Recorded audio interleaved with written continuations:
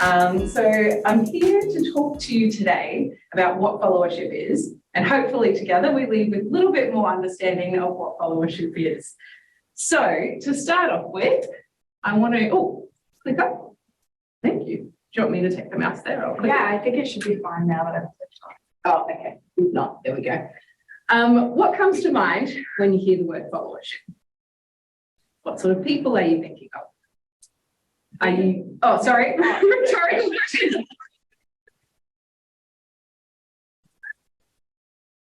Too much. I'm flying.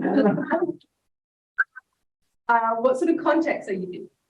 Are you thinking workplaces? Are you thinking military? Are you thinking social movements? Are you thinking of groups? Perhaps some of these things come to mind. Charities, you might be part of a volunteer team, sporting teams, perhaps when you participated in, maybe you're a fan or a follower of State of Origin. I forgot the name of that team, that's so bad. The football team. Anyways, workplaces, maybe you're part of a team yourself or you lead a team. Other places where we see followership are looking at more social movements and things like Sea Shepherd just there, the Me Too movement, Black Lives Matter, maybe some of those things came to mind when I was asking you that question. For some people, things like this come to mind. And many of you would have seen these images. This is the January 6th attack on the Capitol that occurred over in the States. Lots of head nodding around the room, so yes, you're aware of this. One of my questions here is what caused these followers to undertake such an uprising? It's unclear whether Trump was direct in his requests for them to stand up and attack the Capitol. But really, would we term these people as followers? And that's some of the questions that we want to answer over the course of today, because as you can see from all of this, followership is in all parts of our lives. So I will briefly run you through history of followership research and then into some of the types of theories that we get. And then we'll move forward into what I did for my research, which was a systematic review looking at followership definitions, different theories, and as well as measures. So that's just where we're going today, so buckle in. So looking at the history of followership research, initially research that considered followers was leadership research. As you would all know, they're very much intertwined constructs. You can't lead without followers, you can't have followers without leaders. And so I'm talking here about way back to Taylor, Fredrickson, and his research there. And that's where it started off with like trait approaches, where followers were really seen as just subordinates, passive respondents. They were told what they needed to do and they should do it. Puppets, I guess you could say. And then came along some more leadership theories, more of your relational style ones, and follower-centric approaches that really started to consider the role of the follower in the leadership process. They saw it more as a mutual relationship between leaders and followers. So this is more like your LMX, so leader-member exchange, implicit leadership theories, the romance of leadership. Some of those probably coming to mind for many of you, you know what that is. But really still, nothing focused on followership or following from the follower's perspective. And so that's where we started to see some attention paid to followership research in the 1960s, with a little bit of research focusing on subordinates, but it really took off in the 1980s with Robert Kelly's paper In Praise of Followers. And I just briefly want to show you here, this is a graph from Scopus database with searching the term followership. It's quite narrow, it's quite specific, just to give you an idea of how that followership research has increased. You can see there, it's just over a period of 40 years. Comparing it to the search term follower, because that's a bit broader, focus on followers in general has increased as well. I also have a graph that looks at the search term leadership, which follows this same trend. So of course, research in this area is increasing, but looking at the impact factors, the impact factor of research on followership is 49, and on followers it's 33.53. So that's quite significant over a period of 40 years in terms of the interest of followership really gaining traction, I guess you could say. So looking at a couple of the contemporary theories of followership, first and foremost, we really started with typology style theories. So these sorts of theories are very much focused on characteristics and behaviours, and they categorize individuals' followership style. So it's a bit of a poor comparison, but I think of them as like personality tests. So they really categorize individuals as a type of follower.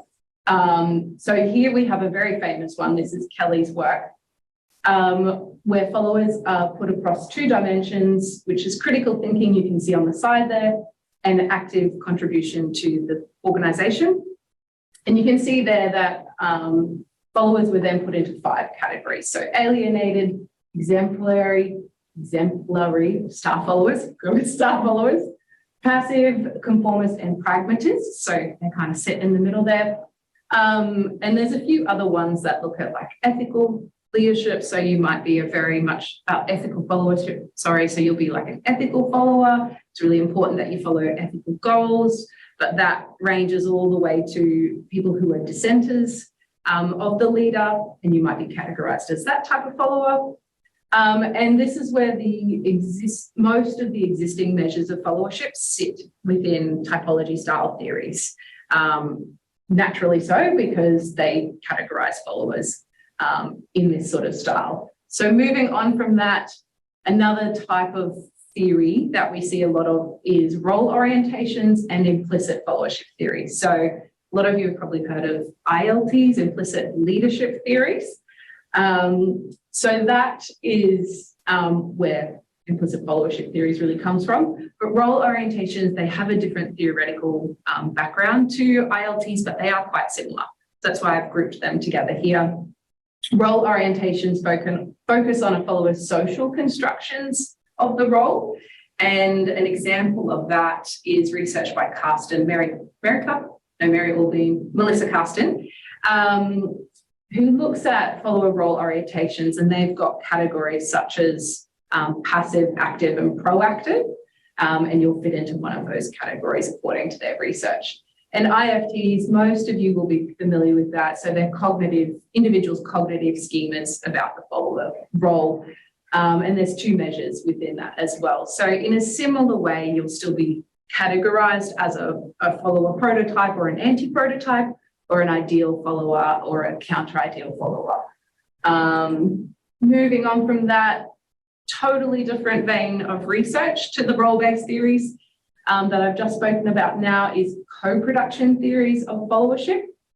And these sorts of theories, they're much less in number, and they view followership as a process that occurs through social and relational interactions. So some research in that space by Deru and Ashford look at how followers and leaders, individuals come together and they grant and claim follower and leader identities through social interactions with each other, or looking at some of the engaged followership research that Alex Haslam and colleagues do, where I pulled out a quote because I really liked this from one of Alex's papers, where engaged followership is where followers work hard to and creatively rise to the challenges set out by the leader whose cause they identify with, which I think is a really, really great definition of followership. I will just note Alex's research came out after I did my paper, so it's not in there. Sorry, Alex. So coming back to my question, hang on. This just gives you a really brief overview of what I was just talking about. But for the sake of my presentation today, my research actually focuses on role-based theories as one category, encompassing typology style and role orientations, and then also constructionist theories, which is your co-production theories. So just one last brief overview, because this is really important to wrap your head around. Role-based theories view followership in the context of hierarchies. They focus on follower traits and characteristics, and the majority of measures sit in this area. And constructionist theories view followership as a social process where leadership and followership are co-created, and they don't have to align with hierarchical roles. So what comes to mind when you hear the word followership now? When you think back to that question I first asked, where do you feel your thoughts sat? Were you more on the role-based side? Did you think it was more of a social process? What did that look like for you? Rhetorical question. So really sorry, going back to this. Everyone's too following. I'm super active and engaged. Thank you. So really, the reason I come back to this question is because asking the people online, asking you guys here in the room, I'd probably get millions of different answers as to what followership is, what it looks like, what it means to you, where you feel you are a follower, where you can identify who your leader is. And it really highlights one of the issues that we found with the literature, which is that there is no generally widely accepted definition of followership, which is where my review comes in. So just going to keep an eye on the time. What I basically did was a systematic review of followership theories. That included a review of theory papers, which you'll see here is the first little point there. I included 37 articles, which represents 26 theories of followership. They're distinct theories as well. Followership reviews, so there was 9 different reviews on followership, which I included, and within that search process, I also found 5 measures of followership. So only 5 is a very small amount of measures. So I looked at explicit definitions. So that's your very formal definitions that are presented in papers or in the review papers, and analyze those, which we'll go through. And I also looked at implicit conceptualization. So this is a little more tricky. I think people have a bit harder time getting their head around this, but the implicit conceptualizations are implied by the theory. So that's where I basically looked at coding different elements of what people put forth as a theory. So taking Kelly's example, which I provided right back at the start with the star follower, the sheep follower, basically if they had 5 different types of followers, I would have coded each one of those as a unique implicit definition or conceptualization of followership. And here I coded elements, a couple of different things. So I coded attributes of the follower-leader relationship. So that's a very important aspect of followership, as we'll talk about a bit later. So whether the implicit conceptualization considered followership to be where followers are influenced by the leader, or whether they have reciprocal influence on the leader, whether they share a common goal, or some sort of other shared commonality, such as identification with each other, social identification, or shared trust or mutual respect for each other. We also looked at whether the implicit conceptualization considered followers as having high or low agency, so that ability to have free choice and act on their own accord. And also whether they considered follower to be engagement in behaviors, or whether followership was a matter of just being a follower. So being identified as a follower by yourself or by others. So I hope that all makes sense. Just a brief overview of what we did. So some examples of explicit definitions. I won't read all of them in detail, but an example of the first one here, a follower is a person who accepts the goals and practices of a leader. One who in general agrees with the overall values and directions that are being undertaken. That is a definition of ethical followership, which is interesting because ethical doesn't even come into the definition there. But when I'm reading about that theory, it's all about it being ethical goals and ethical decision-making and ethical followership. This one here, the next one, you can read if the slides are shared later, but it's all about the fact that followership is allowing oneself to be influenced. Looking further ahead, Melissa Carsten, that followership is the behaviours of individuals acting in relation to leaders, so some sort of response to a leader's actions or whatever a leader does. And this one here is Kelly's. People who are effective in the follower role have a vision to see both the forest and the trees, the social capacity to work well with others, the strength and character to flourish without heroic status, and I could go on. It's a very long definition, and you can see it's quite hard to conceptualize what that actually means. What does it mean to work well with others? What does it mean to have the ability to flourish without heroic status, or to see through the forest trees? It's quite abstract in the way that it's trying to define followership, even though I think on some level, everyone can kind of read that and go, oh yeah, I get that. But it doesn't help us in terms of research or study and moving the field forward. So what we found, so looking at the explicit definitions, only 42% of the theories actually provided a formal definition. So a lot of them actually didn't even set out to define what they were trying to theorize about, which in my opinion is a little bit problematic. And only 3 of the 9 reviews provided an explicit definition of followership as well. So again, only about 33%. The definitions could be broken into 4 different themes, which I'll briefly talk through, just keeping an eye on the time. So being the definitions, the formal definitions, they either focused on being influenced by the leader or deferring to leader directives, responding to a person in a hierarchically superior position, being authentic to their own self and others. That does seem a bit odd, but that was one of the categories that kind of came through. And displaying a list of specific behaviours or characteristics. So like we saw with Kelly's definition before, you know, flourish without heroic status. So, but there's a significant problem here with a lot of these themes and a lot of the formal definitions. And that's supported by research by Antonakis, McKenzie and Summers.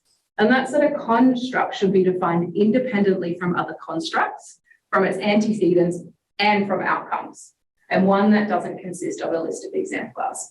And what I've seen with my research and all of the formal definitions is they fit into one of these categories, which does not support followership being defined independently from another construct. So when we look at being influenced by the leader or referring to a leader or responding to a person in a hierarchically superior position, followership is being defined on the basis of another construct, and that construct is leadership. So it's all about the leader's actions and people's responses to that, or being influenced by a leader. So it's dependent on what the leader is doing to influence you. Does that make sense? I'm going through this a bit rushed, but I hope it's making sense to you. Being authentic to their own self and others, and displaying a list of characteristics and behaviours. Again, they're kind of just listing examples of followership. So, and they're also quite abstract. What does it mean to be authentic? What does it mean to be true to oneself and others? Then looking to the implicit conceptualizations. Sorry, I was thinking then about something else.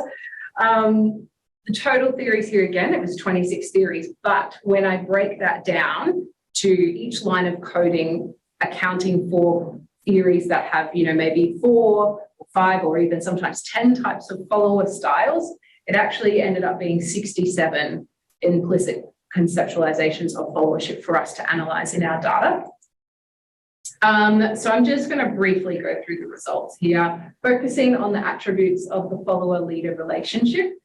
Leader influence was the most common part of implicit, most common theme of implicit conceptualization. So 55% of them considered followership to be being influenced by a leader, followed by a common goal, a relationship commonality, which I said before is like shared social identification, group membership or something like that, and reciprocal influence. So reciprocal influence would be being able to challenge the leader, feeling like you can voice your opinions, or feeling like you've influenced the leader's direction on the goals or what you're working on as in that relationship. So they're, again, though, similar to the explicit definitions, there's problems with each one of these, and they're not, well, problems isn't fair. They're not necessarily helpful in defining followership, which is what I set out to do. So leader influence, just briefly, influence is quite an abstract construct in and of itself. We don't know what they mean that influence to look like. It could be that you're influencing somebody's actions, their character, and their behavior. It could be that the influence is constructive or counterproductive. So it's not necessarily a very helpful term to use within a definition. And it could also be an antecedent to followership. We don't know. But as we saw before, an antecedent shouldn't be in a definition if that's what you're seeking to do. Jumping down to a relationship commonality, again, this could be an antecedent or some part of followership that actually increases followership or decreases it. So if you have, we have more shared trust with each other and you were my leader, or I was allowing you to be my leader, that might increase my followership of you. And reciprocal influence. If we kept this as part of a formal definition of followership, it's problematic because it constrains followership to small groups.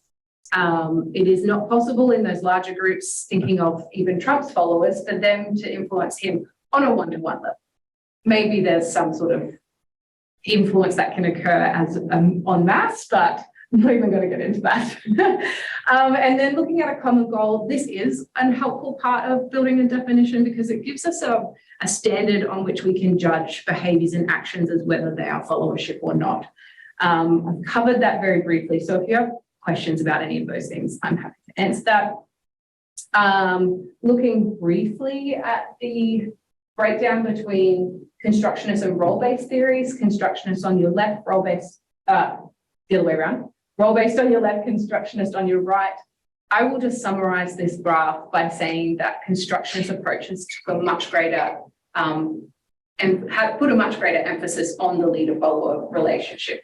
Understandably, because that's what those theories focus on. They focus on leadership and followership as a social interaction so that those relationships are more important than role-based approaches, which focus more so on behavior. Really briefly here, followers were also considered to have high agency in a lot of theories. The 42% there that considers followers as having low agency are mainly those typologies and styles of followership where it's the followers considered passive and they're not engaged, disengaged followers. And nearly all of the implicit conceptualizations consider followership as a matter of doing something. So behaving in a way rather than just identifying as being a follower, if that makes sense. So onward toward a new definition of followership. So using all of this analysis, Nick, Kim and I actually sat together, had a lot of discussion around this about what a new definition of followership would be, and it continues to be shaped. But at this point in time, we define followership as the process whereby an individual willingly exerts effort to support the achievement of a group goal, they perceive another person or group to hold. That's quite a lot to digest. So I'll just focus on a few little pieces there that are in italics. So followership needs to be defined as followers being willing, having that sense of agency, and stepping away from this concept that followers are passive subordinates who, have no choice in the matter but to follow once they choose to be a follower. It's just not the case. It's not real life. Thinking back to the Milgram studies and Zimbardo's prison experiment, you would probably all be aware of the more recent research that challenges the notions of followers having no agency. So some of the conceptual replications and also some of Alex's study on the archival data really does point to the fact that followers do have a sense of agency, which is also really important because if they have a sense of agency to support the achievement of a goal, that goal isn't going to be the follower's goal. It will be the goal of some other group or a person, and the achievement of that is something that they work towards, not in a passive manner, but in a very active manner. But it's important to point out here, the working towards that goal, it's the goal that they perceive.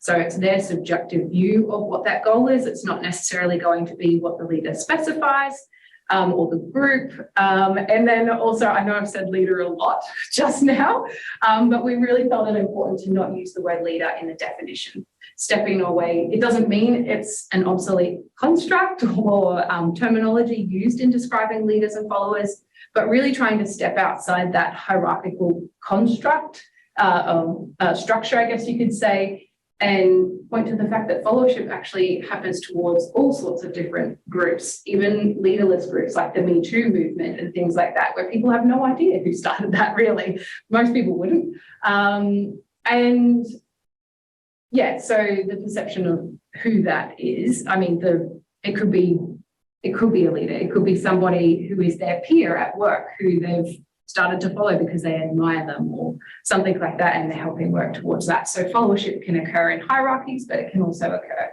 outside of that. So we felt it important to remove that label. Stacey, I feel like you've got a question percolating there. I need to finish up. So briefly, the implications here, we can provide conceptual clarity and help distinguish from other related constructs as well as subordinates and followers. Our definition will also help us explore antecedents and things that moderate that relationship. These are just a few. And also we create new opportunities for measures of followership to be developed. So rather than followership being measured as a type, we can measure followership on a continuum, much like leadership is measured on a continuum, which allows us to look at models, it allows us to look at antecedents, all sorts of different things like that. Sorry, I've rushed through this last little bit. But that's it for today. So if there's any questions, if we have time and any feedback, that would be wonderful. Thank you.